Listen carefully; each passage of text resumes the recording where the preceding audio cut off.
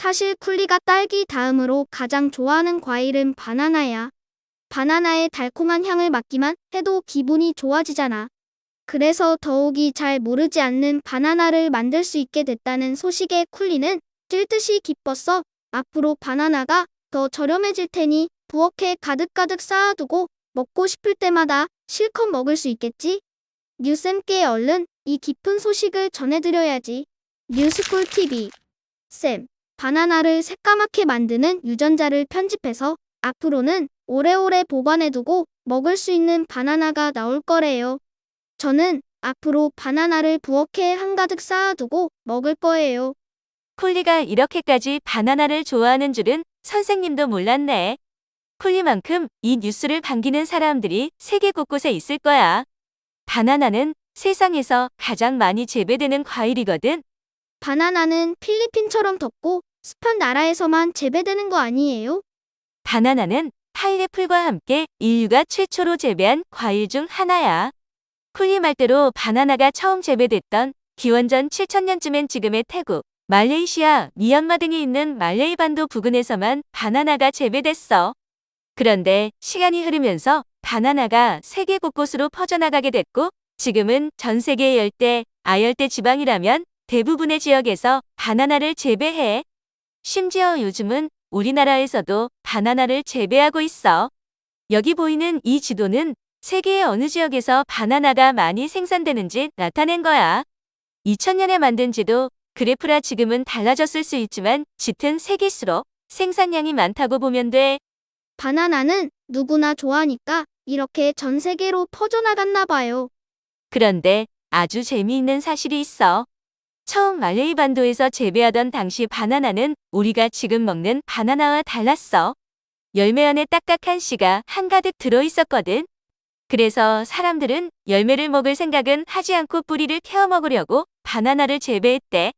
그런데 어느 날 갑자기 씨가 없는 바나나가 열렸어. 돌연변이가 나타난 거지. 이때부터 너도 나도 씨 없는 바나나의 종자를 가져다가 농사를 지었고 뿌리 대신 열매를 먹게 됐대. 그러면서 씨가 있는 바나나는 거의 찾아보기 어렵게 됐어. 예전에 텔레비전에서 바나나 나무에서 바나나를 따는 사람들 모습을 본 적이 있는데 예전에는 그런 나무의 뿌리를 먹었다는 거네요. 지금 쿨리가 한 말 중에 바로 잡아야 할 것이 있어. 바나나는 사실 나무에서 자라지 않아.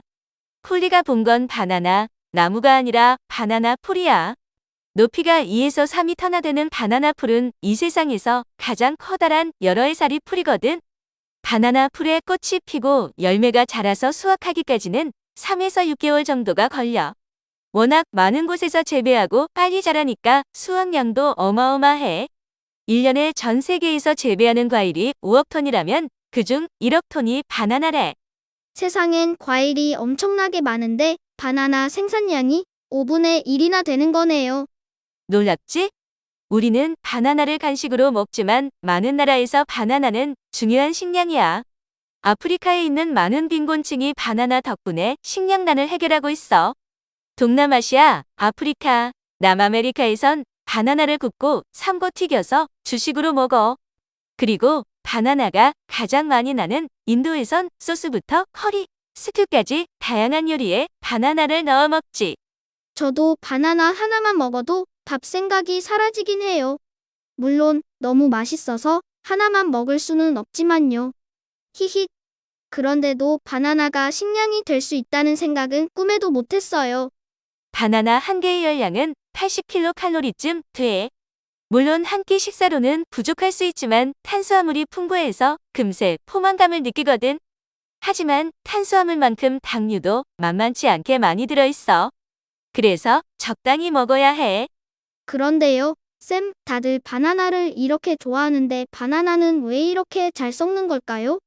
아껴 먹으려고 참고 또 참았는데 까맣게 변해 있는 바나나를 보면 정말 야속해요. 사실 쿨리가 알고 있는 것보다 바나나는 훨씬 빨리 상해. 보통은 초록색에 덜 익은 상태에서 바나나를 수확해. 전 세계 여러 나라의 배로 실어 날라야 하니까 너무 익은 건 수출할 수 없거든. 그런데 바나나는 상온에 두면 일주일만 지나도 껍질에 갈색 반점이 생기고 무르기 시작하거든. 바나나가 무르면 벌레가 꼬이고 결국 썩어서 못 먹게 되지. 그런데 마트나 시장에서 파는 바나나는 연두빛을 띠고 있을 때도 많던걸요?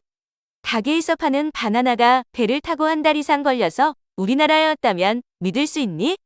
수확한 지 4에서 6주가 지났는데도 바나나가 멀쩡한 건 수확하자마자 살충제를 뿌렸기 때문이야. 심지어 어떤 바나나는 배에 씻기 전에 몇 시간씩 방부제 용액에 담가 둔대. 헉, 그럼 몸에 안 좋잖아요. 다행히 국내에서도 바나나가 재배되고 있잖아. 마냥 좋은 소식이라고 할 수는 없지만 기후변화 때문에 언젠가 바나나가 우리나라의 대표 농산물이 될지도 모른대. 쌤, 그런데 갑자기 또 궁금한 게 있어요. 아주 옛날엔 바나나 속에 씨가 있었다고 하셨잖아요. 그리고 지금은 씨가 없는 바나나는 거의 찾아볼 수 없고요. 그런데 씨도 없는 바나나를 어떻게 우리나라에 가지고 와서 키울 수 있는 거예요? 아주 좋은 질문이야. 아주 옛날엔 바나나도 씨를 통해 번식을 했겠지만 이제는 사람의 도움을 받아야 해. 바나나가 한 번 달린 줄기에서는 다시 바나나가 열리지 않거든. 그런데 바나나 풀의 땅속 줄기는 자라니까 이걸 잘라서 옮겨 심는 거야. 옮겨 심은 바나나 풀에서 다시 땅속 줄기가 자라나면 잘라서 옮겨 심는 식으로 계속 늘려가는 거야. 이렇게 바나나 풀 하나에서 평생 10여 그루의 바나나 풀이 나온대. 그럼 사람이 도와주지 않으면 번식은 할 수 없는 거예요? 그래, 맞아. 그래서 세계 곳곳에서 생산된 바나나는 사실 뿌리가 같아. 사람으로 치면 같은 조상의 자손들이 전 세계에 살아가고 있는 것과 같아. 병이나 환경 변화에도 취약하고 치명적인 전염병이 한 번 돌면 모조리 사라질 수도 있어.